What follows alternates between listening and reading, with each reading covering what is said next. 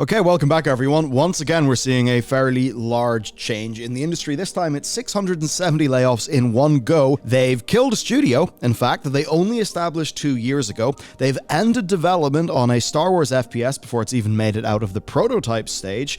There's quite a lot of cuts. These are, of course, delivered just after the company spent most of 2023 trying to find ways to slim down, sort of at the expense of staff and contracts. We've talked about that before. As of right now, though, right, we've just began March of 2024. There's already 8,000 layoffs in the industry. Almost 10% of those are from EA. And yeah, it was what, 10,500 last year? 8,000 so far this year, so I certainly wonder when this is going to slow down. What I can say though is we will not be slowing it down. Between your support on Bellular.games, yes, we finally fixed the URL, thanks to the support of our members there. Those of you who have been subscribing to the channel when I've mentioned it, look, that stuff is actually really good. It does actually help us out a lot, so whether you want to check out what we do with memberships, where you get all the early access videos and all of that stuff, and loading screen, or just subscribing to the channel and checking the videos out, it does actually move the needle. It does actually help, so thank you. With that said then, let's get into this with EA. They actually laid off 6% of their workforce last year, which was 800 staff in one go, and in addition to that, they actually did more because they cancelled some external QA support and BioWare contracts. So we've covered that stuff before. They've then been slowly putting pressure on their teams to basically cut costs, to make efficiencies. In the case of BioWare, that meant that they cut many of their most expensive staff. Of course, though, well, you've got those expensive staff. Why are they expensive? Because they've been there for a long time. They have a lot of skills. They know how things go at BioWare. They've got experience in shipped games. So obviously that's going to have a disproportionately negative impact on the studio. And right now, some of those staff are still fighting for a fair severance package. So that's quite rough. This week, then, they've announced another 5% layoff, as well as a move away from, quote, the development of future licensed IP and office closures. Now, of course, they did this by spending multiple paragraphs talking about just how strong they were, you know, how well set up for the future. But basically, they said, right, that the plan is to double down on the things that are working right now, which is IP that they own, sports, and massive online communities. Here's the quote. We're also sunsetting games and moving away from development of future licensed IP that we do not believe will be successful in our changing industry. Now, this does not mean no more licensed IP, and obviously when we think licensed IP, I think Star Wars is appearing in most people's heads. There will still be Star Wars, there can be licensed IP, but it's not going to be the focus. I mean, certainly if you think about, say, Star Wars Squadrons that was made by EA Motive, you've got to wonder, well, how expensive was that game to make? And even though they, they tried to position it, what, $40? It was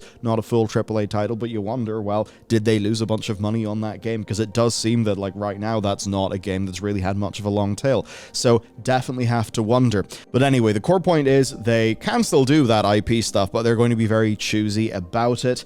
More broadly, though, this is very much a continuation of their rhetoric over the last while. They've been pretty clear, much like with PlayStation and Xbox, that they're not really as interested in smaller, kind of mid-range titles. I think they're basically seeing that as a way to spend a bunch of money and, well, not really get much of a result. I suppose I have to wonder, if you're a big organization like EA, does it just cost you more money to do things? Does it mean that you get less value out of a mid-range title? I'm not necessarily sure. But to sort of analyze this, other than EA Originals, when they release something, it's either going to be a premium title, maybe with a license like Jedi, Iron Man, or Black Panther to help with sales, or a sports game like, say, Need for Speed, FIFA, or it will be some sort of big community-focused live game like The Sims, like what they're trying to do with Skate, and of course, Battlefield. So that's their strategy, and they're essentially trying to cut away everything that does not help them in that strategy, and that is obviously meaning, in this case, layoffs. So let's talk about who's impacted here. Well, there's one major casualty, and that is Ridgeline Games. You may not have heard of them, but they actually were supposed to be quite impactful because they were set up in 2022 to produce single-player narrative games for Battlefield, driven by the co-creator of Halo, Marcus Leto, and that was after the very disastrous launch of Disintegration. Pretty much just was a complete failure. It just didn't hit the mark,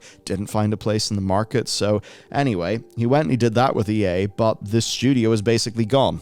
Now, at the time, the strategy is that that studio was one of multiple who were working on different aspects of Battlefield. They were there for like solely single-player narrative games, but basically it seemed like they had this very large coordinated strategy with Battlefield where they just wanted to hit it in multiple different angles. But I suppose, if you think about Battlefield, you're probably not thinking about single-player first. Now, at the time 2 years ago, it was unclear whether this would be something in the 2042 timeline, whether they'd be doing like a standalone campaign, maybe a spin-off, right? Like a Hardline or Bad Company, something like that. Now, though, the studio's gone. So what happened is that Marcus Leto actually left the studio for personal reasons earlier this week, and he basically said he's leaving the industry for a bit. So we then kind of thought, right, this studio is going to need a new leader, but there's going to be a new battle game at the earliest autumn 2025, so we kind of expected, something would go on. Not really that EA would just delete the studio, which they have done. Now, some people from the studio will be moved over to Ripple Effects to work on Battlefield stuff. Criterion are actually now taking over narrative development for a recently leaked Battlefield platform that's coming in the next few years.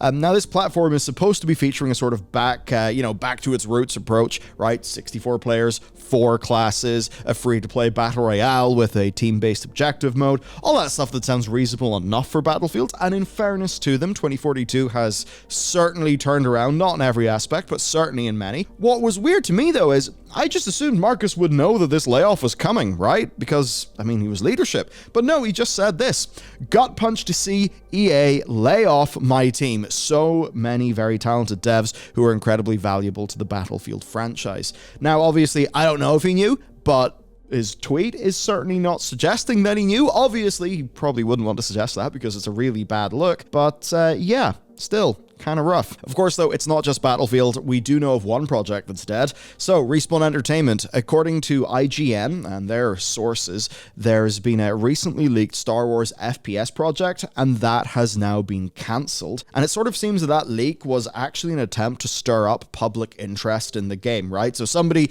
knowing the project's basically going to be axed, doing leaks to the press, hoping the story catches on so that audiences could say, hey, where's our Star Wars FPS? We want that. And then maybe that would change some top-level decision-making.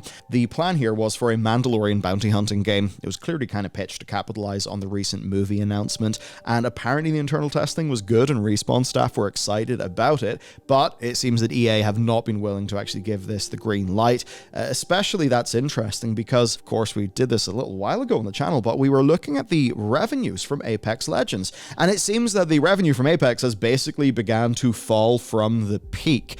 And, that also development on one title is ongoing at the studio. Of course, we've got the third Jedi game in that series that has been confirmed as being in active development and not being cancelled.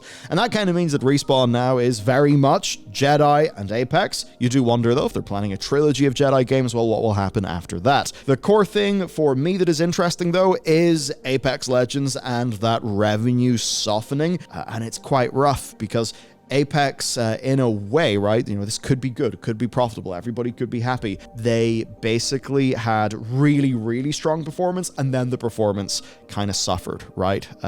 Again, you can look at the video for the full data, but you almost wonder, did they have some events do so well that maybe the expectations of their future revenue from the corporate level were unrealistically high? Perhaps now leading to the situation where in order to try to recapture, those highs of revenue, they're pulling all those shenanigans that they're trying to pull with the Buster Sword, back for that event that caused quite a lot of drama. But anyway, the point here is, IP, fan bases, guaranteed projects, right? And you may say, well, Mandalorian, that's obviously a Star Wars thing, but it's a new game. It's not going to be as surefire a bet, I suppose, as, the follow-up still in Star Wars, but of game series with Jedi games that people have actually proved they're very willing to buy. So quite rough. But then we got mobile. So EA's got a big old library of licensed mobile games that they're going to be sunsetting and that they intend to basically focus on IP that they own. So this likely means Skate and The Sims, which are both games in development that have a mobile integration, promising promise for their full release. There's some licensed games that have escaped the chopping block, though. EA's Black Panther and Iron Man projects are unimpacted by this, and actually, IGN were effectively able to present a full list of projects and brands that EA considers to be worthwhile, which, I mean, yeah, that is a scoop. Okay, so let's go talk about the scoop. EA intends to reorient its business and development plans to focus on a handful of its biggest franchises, including EA Sports, Apex Legends, Star Wars Jedi, Iron Man, Black Panther, Battlefield, Need for Speed, Dragon Age, Skate, and The Sims. IGN say that they've also learned that a team is still working on pre-production on the next Mass Effect, but the big focus for them is on Dragon Age. And you can totally see the breakdown there, right? Like sports games, obviously free money, big win. The internal IPs like Mass Effect and Dragon Age, it's all just big things where there's safer bets, where there's kind of already a proven track record, right? That's why I'm imagining maybe the Star Wars FPS isn't a thing. Like, I imagine it was probably like quite 50-50, because it does seem like the sort of game that should meet a lot of their criteria. But again, Star Wars FPS, even though it is Star Wars, it's a new thing. And that means it's not completely certain, and that means it's a bit scary, as opposed to just doing another Jedi. Which is a shame, because this is Respawn. They can do FPSs pretty good, in case you haven't picked that up. So, I don't know, I think that, to be honest, absolutely sucks. So overall, it is a theme that we've seen before. It is basically just safe. These layoffs are all about consolidation. They are reducing scope in the long term. EA don't have a problem with spending, they just want to be spending their money more efficiently. Just as an example, take their biggest launch of 2023, right? It was EA Football Club 24, where basically they, for a long time, were paying FIFA loads of money for that license, and that would have been good for both parties. Those games are absolutely humongous. Now what's happened? Well, even if they get slightly fewer sales, the thing is, they used FIFA to become absolutely dominant in the football space, and, well, what's happened? Are people going to be going and playing Pro Evolution Soccer? No, they're not. So this is a great example of what they've been saying with IP.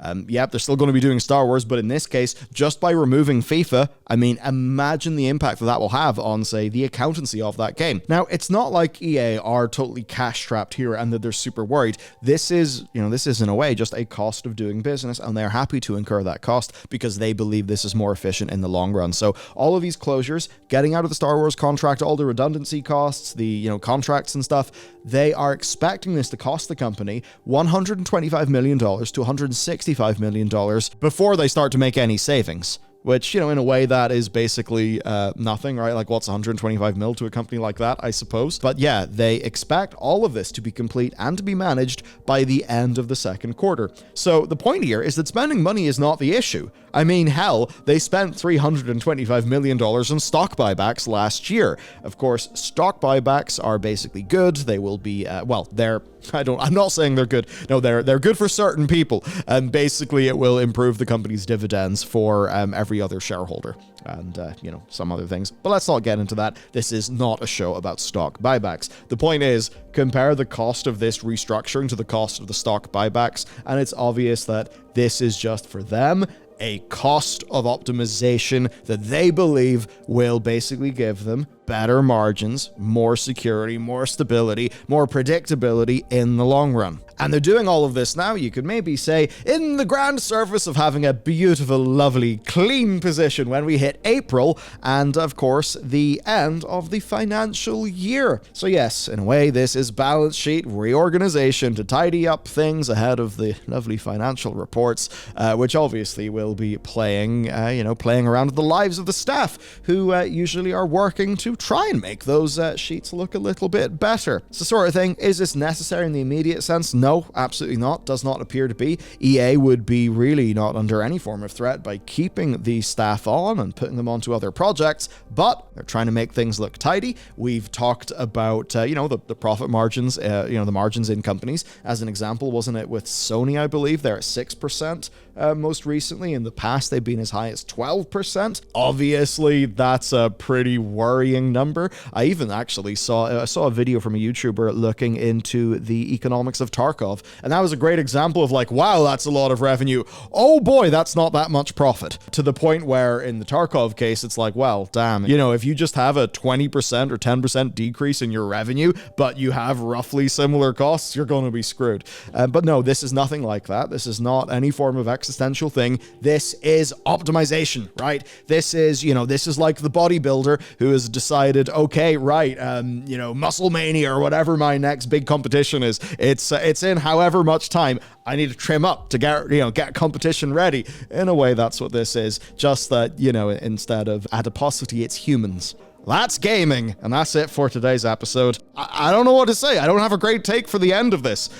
Is a company allowed to optimize itself? Yeah. Is it allowed to cancel projects, to handle risk in whatever way it so chooses? Yes, it absolutely is. I'm not trying to say that a company isn't allowed to get rid of people. No, I'm not saying that. I'm just saying that it also sucks. It's one of those things. Sometimes it can almost be kind of sliced into these ideological lines, right? Where it's like, oh, really? You're talking about the workers? Oh, what are you? Are you a literal massive commie? Or, you know, you're saying, well, hey, look, it's a company. It's allowed to optimize itself. Then, you know, people are like, oh, what are you, some crazy ANCAP person? No, and I know that's totally reducing ad absurdum, but my point basically is many things can be true. It is true that this sucks in a human level. It is true that you can understand why EA is doing it. It's true that you can have the opinion that what EA is doing is quite, you know, cutthroat and mercenary, because it is. I suppose we can have all of these factors existing in our head, and the more we do that, the more we are able to understand what is going on around us in the world, and I think there's value in that.